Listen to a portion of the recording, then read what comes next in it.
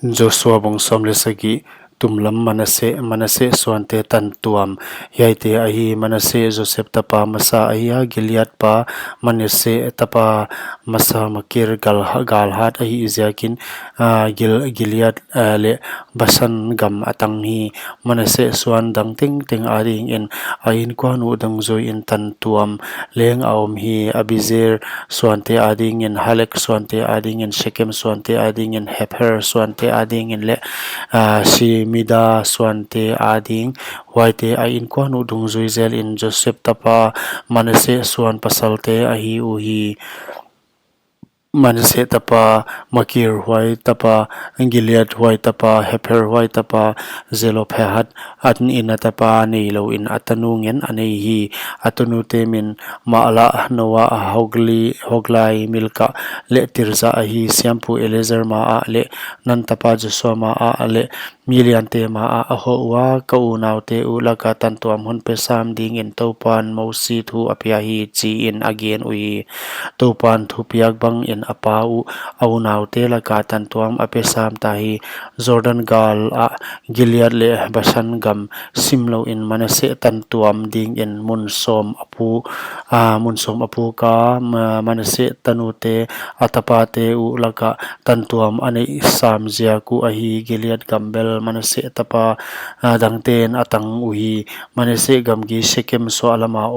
Aserapan mikmetha pha in ahi taklampanga en tapua mite ten na pha in apai hi tapua gam manase ahi himale manase gamgi chin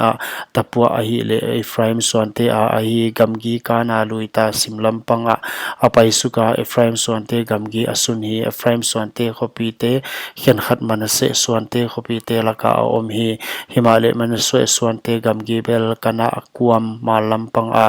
apaya tuipia atop hi simlampang Ephraim ahi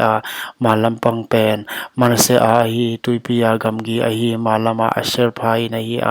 solama Isakar pha in ahi to hi Isakar le is Asher gama manase in Bet Asian le Akima khwate Ibleam le Akima khwate Dora ting te le Akima khwate Endora ting te le Akima khwate Tanaka ting te le Akima khwate le Megiddo ting te le Akima khwate zoin Jose thum ani uhi kanan miten huai gamlua asom te izakun manase swanten huai khopia ting te adel khezo ke uhi wan hiji ahong hi Israel swante hong hat hi un kanan te na sema goi ding in aom sakwa adel khesiang vek ke uhi Ephraim le tumlam manase in gam angiet beu Joseph swanten Joshua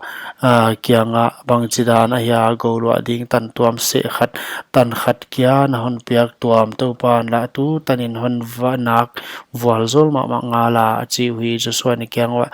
tam na hi ule Peris te le miliante gamang na ten na ding un vavatun Ephraim tang gampen no adia anelwa le achi hi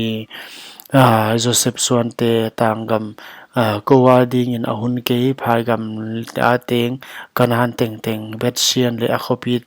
ateng te le Jezreel phai janga teng ten si kang talai ani cha tuam seu achi uhi Joshua in Joseph swante Joseph in kwante Ephraim le Manase swante kyanga natam mawa haleng na harwa natan khat kya nanei ke ding tangam teng nowa ding ahilai ding gamang hitale nawa ding wa agam chiang teng nowa ahi ding kanan ten si kang talai te nei in hat tok le ulek nahol khezo ding achi hi